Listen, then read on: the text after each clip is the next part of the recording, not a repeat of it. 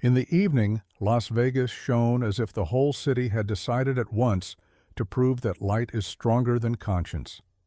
High up in the Sky Villa at Palms Casino Resort, the walls were glass, and a cold seeped from them, steady and confident, like carefully calibrated financial reports. Below, on the Strip, the lights did not flicker, as if everything down there were stable and clear.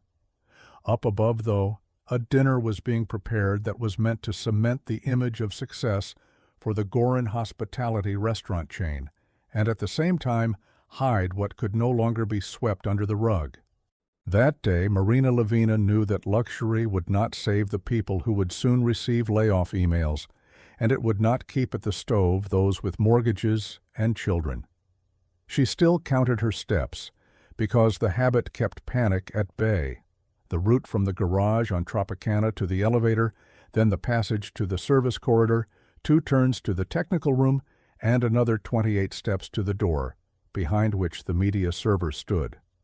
She understood she had only one chance to pass without extra looks, do what had to be done, and keep this evening from becoming yet another, even more cynical showcase of emptiness. The morning began not with glow, but with the harsh light over an old diner on Fremont Street. Saucers clinked heavily there, and it smelled of fried tortillas and coffee that promised nothing but alertness. Marina chose a breakfast burrito with eggs because she needed to feel something in her stomach, and strong black coffee because it was too late to back down. She opened a paper notebook with a black elastic band, marked items of the plan, and next to some she wrote non-negotiable. The list included trainees' scholarships, payroll for people with no savings, and a reserve for 3 weeks of kitchen work in case contracts were cut. Then came a short list of facts with transaction numbers and timestamps, matching amounts, strange advances for the trainee fund, identical identifiers in invoices from different vendors, and an anonymous note on an old letterhead found at the counter of one of the restaurants, where in dry, emotionless lines it said exactly where the money was flowing. She reread those lines so that anger would not turn into helpless hysteria. She needed a sense of direction, not performative righteousness. Marina rose from the table, slipped a small bottle of water into her bag for Jaden, a 15-year-old trainee who that day was supposed to serve amuse-bouches in white gloves and smile as if he already lived in a future where everything was in order. Into the same bag she put warm leather gloves, even though she knew she would reach the roof in thin heels, and the flash drive she had formatted the night before. On it lay a mirrored copy of several months of Gorin Hospitality's bookkeeping, and that copy was supposed to come alive on the screens tonight, screens that usually showed decor, video clips of shimmering sauces and close-ups of marbled beef. The idea of showing truth without words seemed like the only way to pierce the armor that people grow against speeches. In Vegas, speeches are too familiar. They dissolve into noise. Facts projected on a screen do the opposite. They lay bare, like a griddle, after the pans stop sizzling. The route to Palms was painfully familiar. Turning off Fremont Street, cutting across Tropicana, parking where the air conditioning smelled of dry dust and someone else's perfume, the pedestrian bridge with evening light and hard shadows from which the glass volume of the Sky Villa was already visible. Her inner monologue pressed against 3 statements that needed no explanation. First, she was guilty for months of silence. Second, tonight silence would cost more than being fired.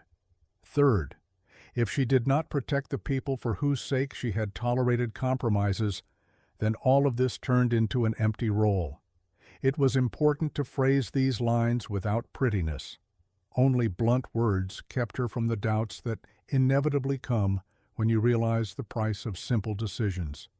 The night before, in a supplier's office, she had sat across from Carla Mendoza and looked at a monitor where transaction confirmations blinked. Carla had set this in motion before Marina decided she could join it. A woman who had signed whatever volumes demanded for too long, and who knew too well how easy it is to end up the scapegoat.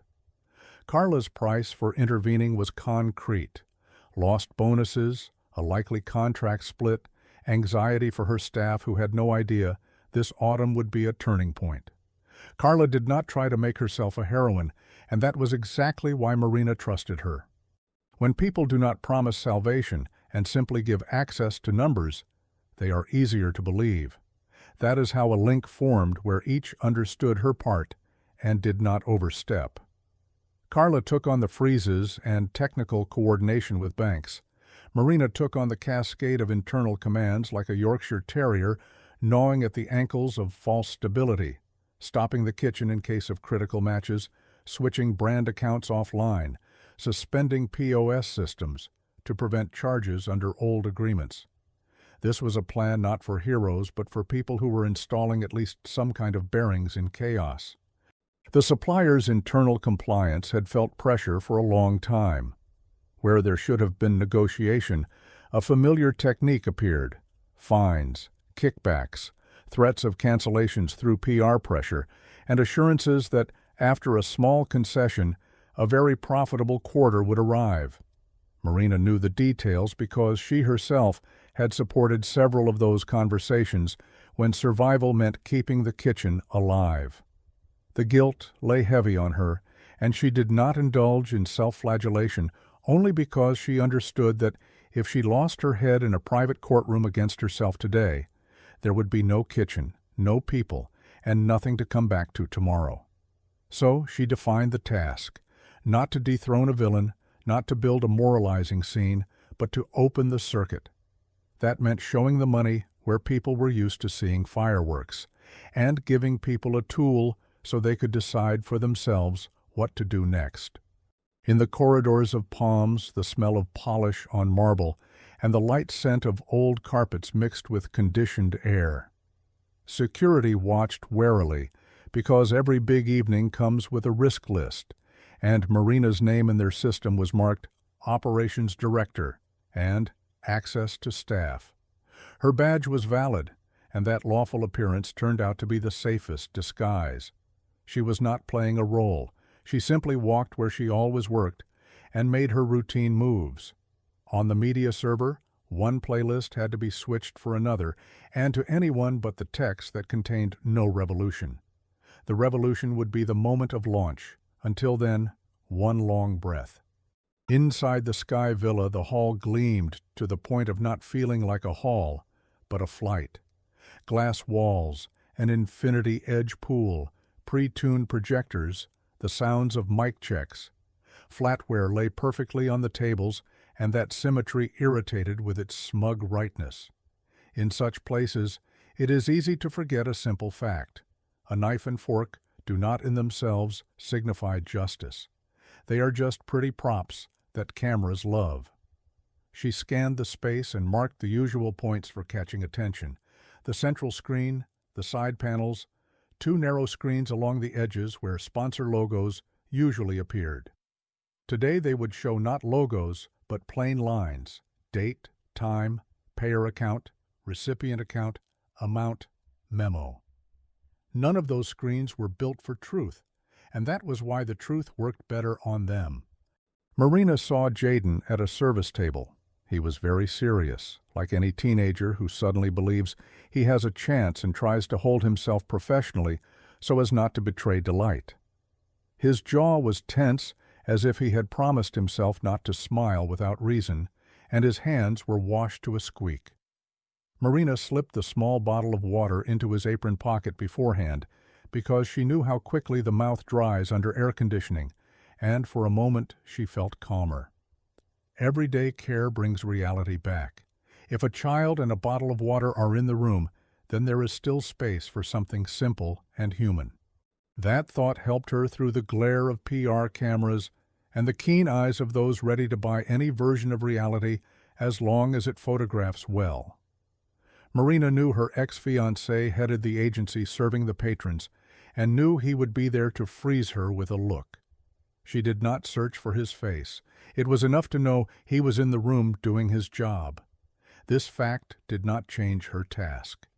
Inside, she no longer felt anger toward him, Only a brief line remained. They are all doing their jobs, and each will pay a price for what he chose to support. Then came the corridor before action, the most dangerous moment, easy to snap, easy to start doubting, easy to listen to those who speak soothingly and beautifully. But Marina held on to facts like a subway handrail. The strange advances began appearing in statements almost a year ago, coinciding with peaks of ad campaigns and goodwill nights. Identical identifiers flashed on invoices from entirely different contractors, which could not be explained by simple mistakes. The anonymous note on an old supplier letterhead looked almost outdated, yet contained such precise indications of money routes that doubting its authenticity had become unreasonable. All this together was enough not to back down. Add to that the sense of duty. Record another rule in the notebook. Do not cover lies with luxury. At 9 in the evening, the greetings began. At 9:30, the obvious leaders appeared, the ones used to defining what counts as success. At 10, a pretty segment introduced the trainee fund that was supposed to open doors for teenagers dreaming of kitchens and discipline. Under the guise of care, that fund turned into a pump. This understanding was already in Marina's bones. It pushed self-pity aside and left a single clear response: not to allow children to be used as a shop window. That is why the climax had to be not a hearing, not a ceremonial speech, not an attempt to stand at a microphone and persuade. The climax had to be turning the lie off.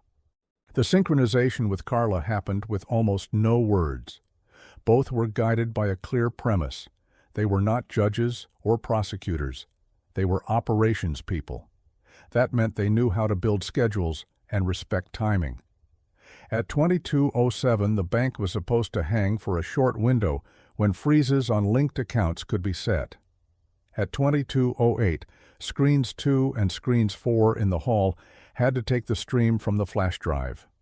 At 22:09, the kitchen had to get the stop signal on the hotline. At 22:10, the brand accounts would go offline under the pretext of maintenance. This cascade looked harsh because it deprived the hall of its usual content: music, manicured food, the illusion that everything was under control. But the emptiness between the familiar attributes was the strike that could lead to understanding. When a gray background with tables replaced glossy imagery, someone in the hall gasped, not because the numbers were terrifying, but because the genre had changed. In Vegas, a change of genre shakes even those who suspect reality. Marina pressed the required key on the console, and the usual reel did not play. First came a pause, as if someone had forgotten to hit play, and then a table opened on the screen with headers that needed no commentary: date and time, payer account, recipient account, memo, amount. Yellow markers highlighted matching numbers. Thin arrows indicated reverse transfers. Clearly visible overlaps appeared between tender days and laundered donations to the trainee fund. On the side panels, scans of invoices with identical identifiers popped up, and on the narrow edge screens ran short event tickers. On such and such a day, a contractor received an advance. On such and such a day, the money left through a holding surrogate to an account that oddly matched one appearing in another deal. It was not cinematic, but it was fatal to smugness. The hall fell silent because, by the logic of such evenings, that moment should have delivered a joke or a toast, while instead it delivered bookkeeping. Marina said nothing. Her task was not to stand with a microphone, but to keep anyone from switching off the truth. In her peripheral vision, she saw several investors pull back from the stage, saw waiters lower their hands slightly, saw the PR man purse his lips as if trying to call the old picture back by will alone. Marina felt fear and calm at once. Fear, because there was no putting anything back. Calm, because at last everything was calling itself by its name. Somewhere above, the air trembled with movement. It meant preparations for takeoff had begun on the roof. The helicopter was not a new symbol, but an old habit of people who need no corridors, stairs, or public exits. They leave for places where eyes do not meet theirs. Marina felt irritation at the repeating tableau, but kept it within a dry statement. Someone who had bought silence for so long had also bought this exit in advance. It changed nothing in her task. She had to carry the cascade through. The kitchen stopped on her command because the chefs had been briefed that morning under the pretext of an unplanned equipment check. When the line's hot lamps began to darken, the hall heard a strange silence. There was no music in it, only the rustle of cameras and scattered breaths. Silence can be more eloquent than microphones. The lines kept scrolling across the screens, and anyone who had ever had a bank card understood they were not seeing fantasy. No one had the right to lower the volume, because the sound here was not sound. It was a number and an arrow. At that moment, Marina was not thinking about her career. She was thinking that the people on the shift grid would not take the blow to their pay without anesthetic. To that end, she had already moved a small reserve into a separate account to cover missing hours for those who would not leave on a private flight. She had prearranged with 2 landlords for outlying spaces that if the brand went offline, they would reissue leases to the cooperative without entry penalties. She had composed a registry of families in the weakest position to direct first payments there. And she did all those things not as a hero or a rebel, but as someone whose notebook holds a list of basics: water for the kid, gloves in case of cold, reserve for 3 weeks, agreements for 2 spaces. Those details kept an important thesis afloat. Luxury shines brighter, but holds less. The helicopter lifted off the roof, and its shadow ran down the glass wall. Several people rose from their seats as sharply as if snapped on the wrist. Only 1 or 2 headed for the exit. The rest froze, unsure what the correct action looked like in such a situation. Could anyone be expected to grab a rope and haul the helicopter down? No. Could one expect an investor's instinct for responsibility to kick in? Also no. But the fact that the hall stopped applauding mattered. It was a small shift. Where phrases normally thundered, a void appeared, and the void became space for other decisions. The police and the banks were working that night too, not because Marina and Carla were master strategists, but because the world is arranged so that sometimes sums and overlaps speak for themselves. Banks briefly froze what balances they could reach. The police recorded statements promising no miracles. It was enough. Marina did not expect the main culprit to be led away in handcuffs, movie style. She knew he was already leaving, and that his flight was part of the lesson for those who would stand at the stove in the morning. Sometimes justice arrives as obligations, not dramatic endings. The obligation to name numbers, the obligation to shut down the machine, the obligation to gather people and carry on without the pretty sign that had been propping up their self-respect. Inside, Marina still felt the old sensation, bitterness and fatigue at having to do harm to prevent worse. She did not let it dictate her steps. That was the essence of the day's discipline, to distinguish emotion from procedure. Procedure required finishing the cascade. That meant confirming offline status for all brand accounts, checking that POS registers no longer processed payments to linked accounts, and sending 3 short messages to the people without whom no stove would light the next day. Those items took 20 minutes. Another 10 went to waiting out the first wave of noise from the hall and stepping back into the corridor without hysteria. When the doors closed behind her and the quiet of the service floor muffled the remnants of the evening, her fingers trembled.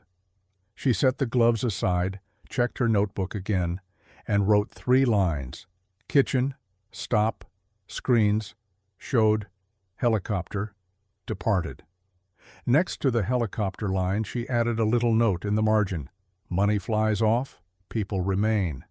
The line turned out less strict and more truthful for it.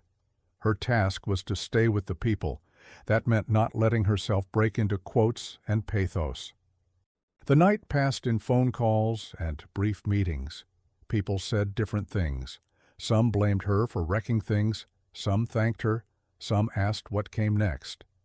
Marina answered dryly and the same way, seeing no use in turning her explanations into another show.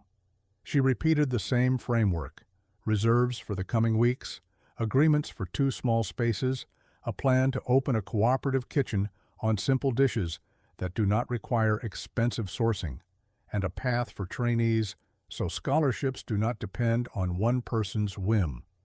She understood that such a list could not buy quick relief, but it gave people what they never got from pretty evenings: specifics.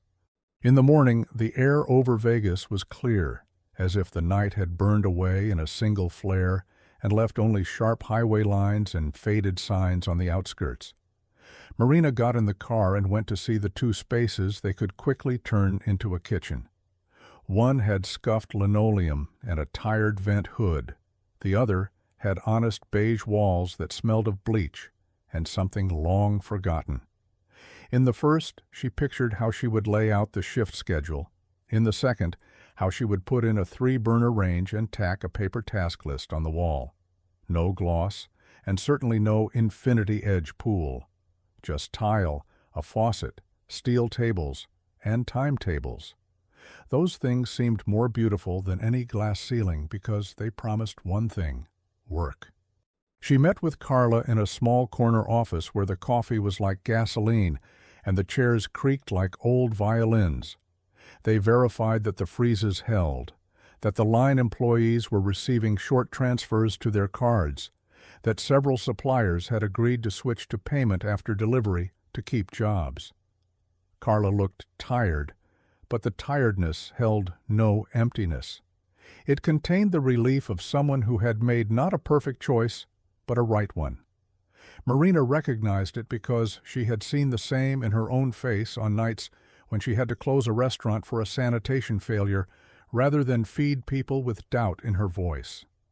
The world never stays clear and easy after you do unpleasant things, but it becomes at least manageable. Those days she had to explain a lot to Jaden. He did not demand pretty answers. He wanted to know whether he would have a kitchen where he could learn to cook a steak so it would not turn into damp cookie dough, and whether he would have a knife he could consider his own. Marina, who feared moral sermons even more than the strip's lights, found a form for a child's ear. She talked about schedules, duties, and money that comes at the end of the week if you clocked so many hours. She explained how a safe kitchen is run, how people speak there, and what is not considered a joke. That simple enumeration became a support for them both. The boy listened without romance, and understood that a scholarship could be not a gift from a glossy cover, but the result of work by people who do not lie. Meanwhile, another track ran on outside stages. People still tried to salvage the fugitive's image. Investors signaled that they had been victims. Press offices shifted phrasing, turning a tale of generosity into a tale of carelessness. Marina looked without gloating. She had already told herself a simple thing: everyone earns his own legend. If anyone needed hers, it would consist of a notebook, gloves, route notes, and several plan items that looked small and boring. That was enough. And such capitulation to boring things gave her the sense that living had become simpler. When you remove lying luxury from your life, space remains for simple, steady motions.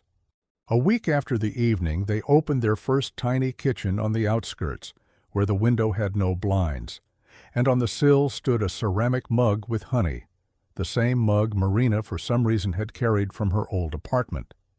She did not like sugar in coffee, but she liked knowing there was honey in the room, because it meant her throat would not give out and her voice would not crack.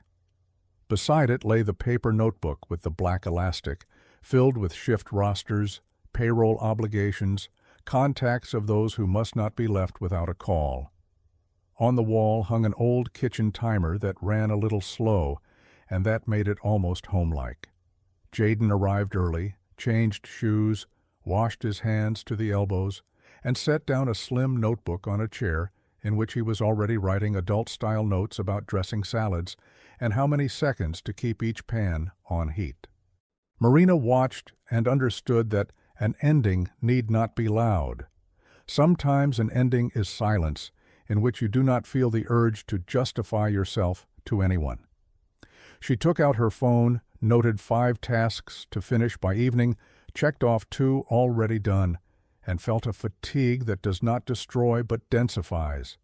It was heavy fatigue without a sense of falling. And in it suddenly came the clarity that luxury may adorn an evening but does not hold a city up. A city is held by those who write things down and do them, those who do not outsource conscience to clubs, funds, and infinity edge pools that reflect only the best. She remembered the helicopter lifting from the roof as easily as if it carried no weight of others' budgets and unpaid hours. Anger flared and died just as quickly. That image no longer demanded a plot continuation. She did not plan to build a new system from old anger. It was enough that the people around her did not expect miracles from her, only clarity. Clarity was the line she had once written large in her notebook and left space beneath for a signature. Luxury does not cover the collapse of conscience, and dignity is a choice more expensive than a gilded hall. It was not a slogan. It was a working thesis. Over time, those who had kept silent and watched the screens on the first night came to them. Chefs who were afraid to change the sign, but could not bear to keep cooking under a name that had become empty.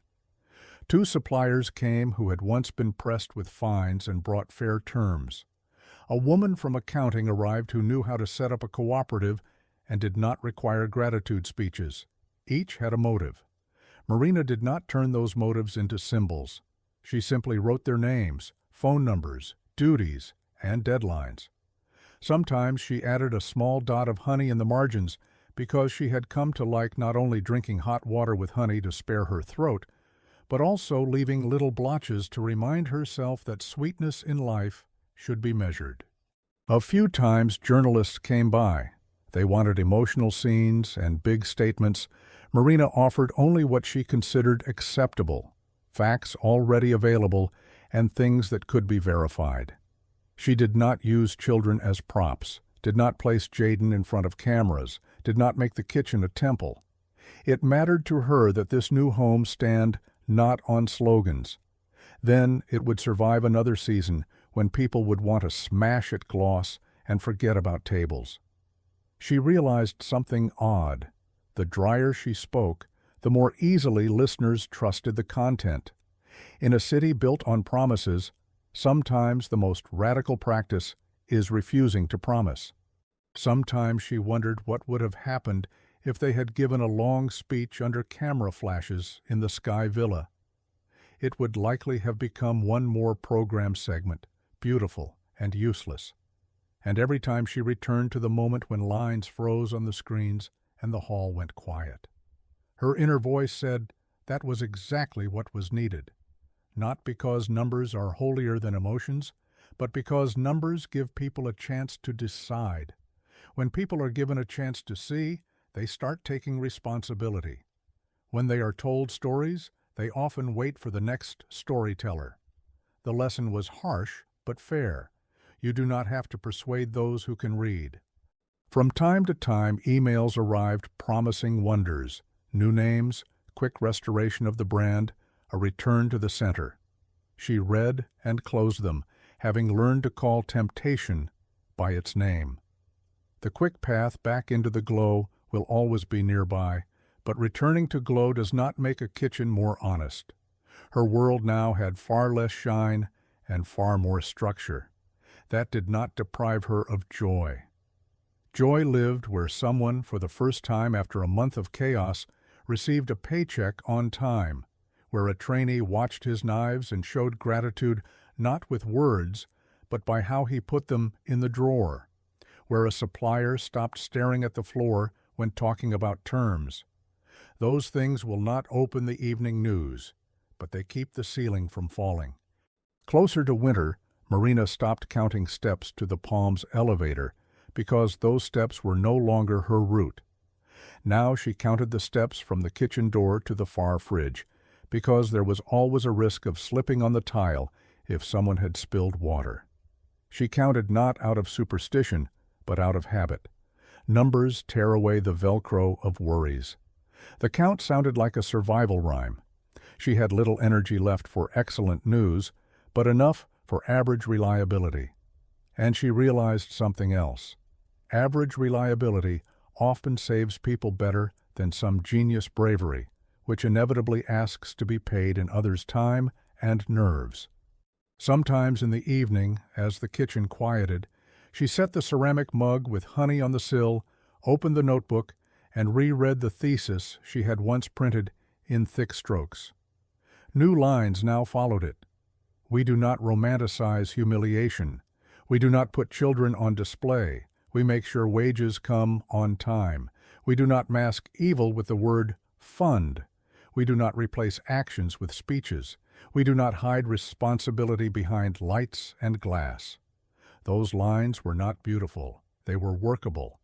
And in a world with too many words, it is the workable lines that become a sturdy frame. Long ago she had dreamed of scenes where people would listen to her, where she would say the right words and get a standing ovation.